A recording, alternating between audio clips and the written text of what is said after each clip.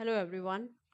Today I'm here to talk about a topic which is very painful, heartbreaking, but at the same time extremely essential to talk about. Because if we don't talk about it right now, if we don't have an open discussion, open communication about it right now, then it will be extremely late, as it is any which ways late. You must be wondering, what am I talking about? So I am talking about suicide. I'm talking about suicide amongst students. Every year, the rate is increasing of suicide amongst students. Year after year, we are hearing that students are committing suicide for various reasons: pressure from the family, academic pressures, relationship challenges that they are facing, bullying, peer pressure, gaming, social media, many such things. Unfortunately, it is very important for us as parents, teachers, and the society as a whole to give the space to these children, to give the space to each other, to talk about our emotional journeys, to talk about the big emotions that we experience so that we don't reach the stage of suicide. And in this space, I am currently talking specifically about our students, the young adults who are our future. We are into the space right now where we need to hold their hands, where we need to understand them, where we need to empathize with them, accept them. And I'm very glad and proud to be a part of an organization called Mansik Shakti Foundation, where Neha Modi, is very much involved into counseling students, into training teachers and parents for their emotional well being. I'm glad that we are here trying our best every single day to create that space for students to come and speak to us about their emotional journeys. We are here for parents, we are here for teachers, or whoever is connected to students who would want to give that space and learn how to connect well with the students here. So feel free to connect with us at Mansik Shakti Foundation.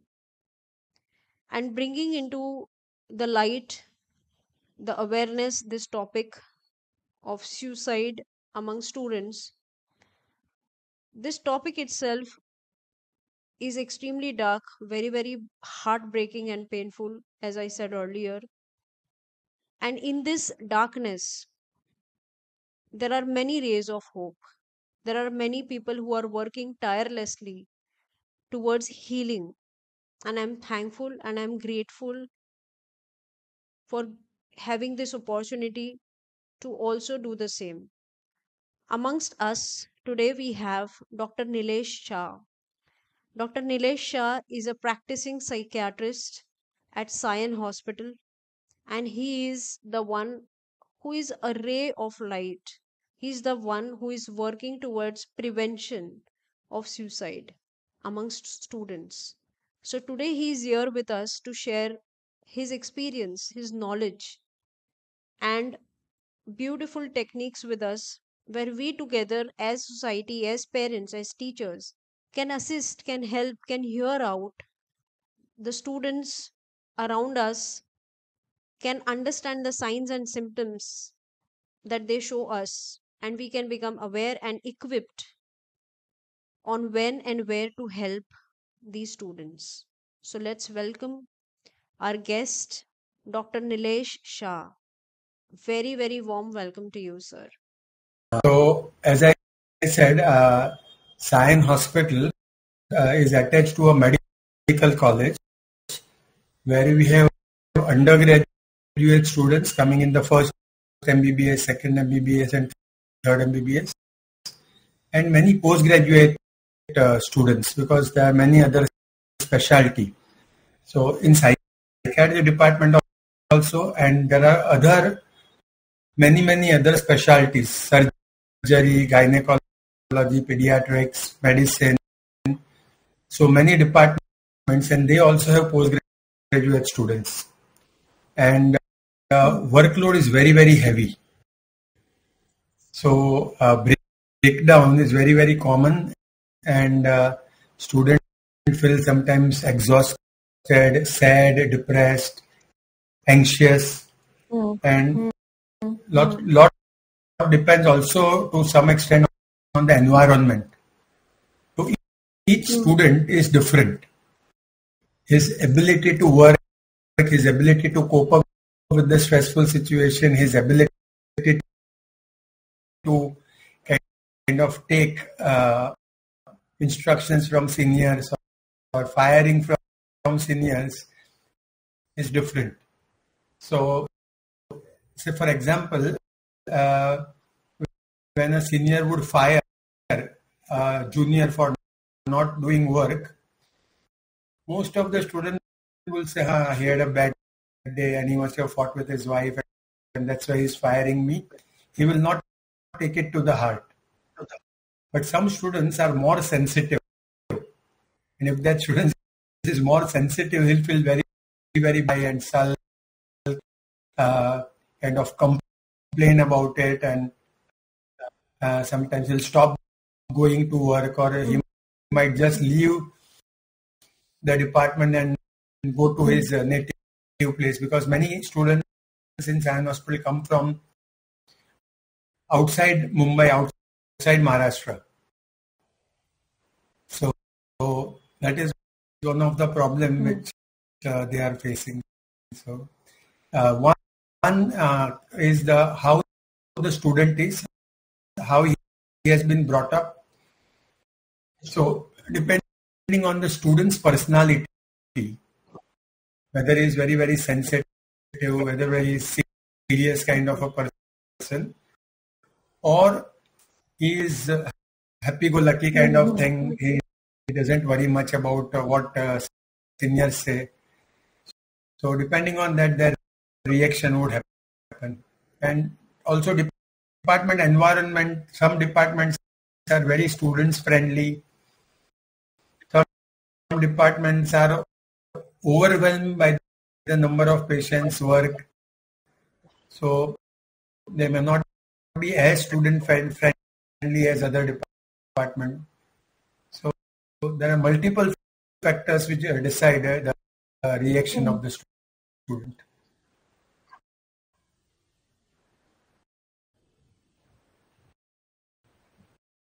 So you've been into this field since how many years, sir, now? So I joined Sion Hospital in 1988, so almost 35 plus years.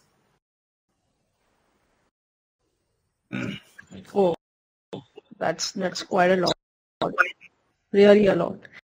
So since then you've been working into the space of prevention of suicide. Okay.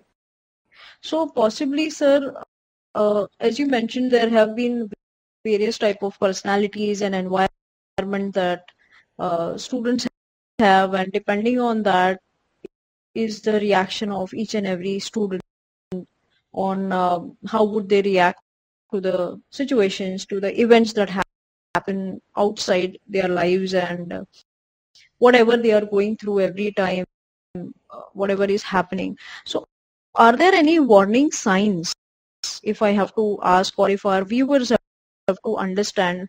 Because since we said we are a team of people, and this entire Mansikshakti Foundation's mission is to help the society and empower students like this with the assistance of teachers and parents and the society as a whole. So are there any signs and symptoms through which we can understand that, oh, this is the sign, or let us approach and let us try and help and assist immediately as soon as we can? Yes. Would you like to throw some light on that, sir? Yes. Sometimes we are able to identify one very important thing, what we call winding up behavior. So we had a student in my own class when I was in second MBBS, and at that time we did not have so much awareness about psychiatry. And now I retrospectively feel that he had indulged in winding up behavior. So what he used to do, he wouldn't come for functions or picnics or all of us are going for a movie or restaurant. He would not come with us. And then suppose somebody would appreciate that sorry, you have a very nice watch. So he would remove that watch and give it to that person. That, did you like this watch? Take it. And we felt, oh, how good he is. He has given away his watch to somebody. Somebody would say that, can I borrow a book from you? He said, yes, take this book. I don't need it. I have read it a couple of times and I don't need this book, and you take it. And we will think, oh, wow, he has given his book. So he started giving up his things. And it was one thing. And second, he stopped participating in all the activities which the students generally participate all together. And he would stay more alone. And so when he started giving up, this is what later on we realized that it was winding up behavior. And then he planned his suicide properly. He told at home, because he was from interior of Maharashtra, that he has a picnic on Saturday, Sunday, so he won't be coming home this Saturday, Sunday. And to the students, he said that he has to go home, so he won't be coming on the picnic. So he made it sure that nobody would know, nobody would suspect. And then when we went for the picnic and whole home people thought that he has gone for picnic, we thought that he has gone home. He consumed the medicines, and he had also started collecting medicines. So nobody would give 100, 200 tablets to anyone. So few months back, he had planned it on a particular day, and he would kind of write a prescription, take 10 tablets, 15 tablets for 15 days, and he started collecting the tablets. So one thing is what we call winding up behavior. When you are winding up, you start giving up your own things to other people. The second is sometimes when the person becomes more philosophical. We had another student from Nair Hospital, and she attempted suicide. And then obviously parents would start blaming the teachers and other colleagues and other students. And when we kind of looked at her books, for first few months she was writing all negative thoughts in her diary. And she was writing, जिंदगी तो बेवफा है, एक दिन ठुकराएगी, नदी को एक दिन सागर में मिल जाना है और फिर उसका अस्तित्व खत्म हो जाना है. So you know, indirectly we realize that जिंदगी तो बेवफा है means she wants to end her life.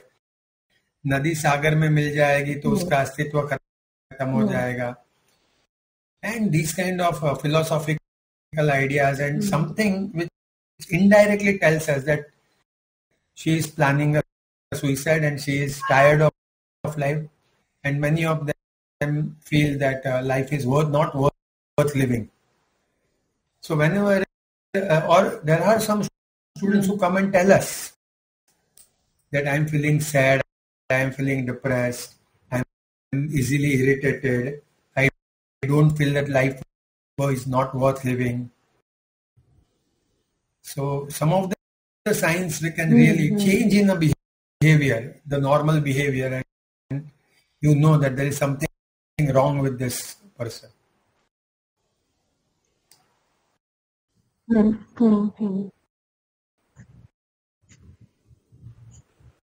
So I think it's a very very important points to be noted. Especially when it comes to parents, teachers, neighbors, friends, relatives, whoever is in connection with students or people who are wanting to have these sort of ideations they have, the suicidal ideations that they have. So I think it's very important that we act impromptu, immediately, instantly. So what is the first step when parents or teachers or anybody who comes across such signs and symptoms? What is the first step according to you that one should take so that we can instantly help the Yes, student? yes. So without any hesitation, the parents or teachers or the seniors or friends can sit with him and ask him that, are you all right? Are you worried about something? Do you have any problems? And we can help you. So first say, I am willing to help you. Please share your problem with me. Once he shares a problem, we may specifically ask him that, I see that you have a problem. Do you feel sad? Do you feel depressed? Do you feel anxious? How is your sleep? How is your appetite? These are the signs and symptoms of depression or anxiety disorder. Or sometimes some people feel suspicious that people are talking about him, people are following him, people are doing some black magic on him. So whatever these kind of things, we have to ask. The second, without any hesitation, we have to ask him that, do you feel that life is worth living? Without any hesitation, you should ask. And if he says, yes, sometimes I feel that my life is not worth living, which is a passive suicidal ideation, the next question you should ask, do you feel like putting an end to your life? Do you have suicidal ideation? I think we should ask this question upfront without hesitation, because if you don't ask, and if he has this idea, he will attempt it and you will miss that thing. But otherwise, asking about suicide doesn't increase the suicidal ideation. So second question, you say, do you feel like putting an end to your life, or do you have suicidal ideation? If he says yes, then the third question is, have you planned it? Have you made any plan? Okay, how are you going to do? And if he says yes, I have planned that on particular day, or I have started collecting tablets, I have bought rat poison, or I have planned, I have purchased a rope or something like that. We have to be very, very vigilant. Tell him that yes. So if you find that he has suicidal ideation, he has a problem, then immediately we have to act and tell him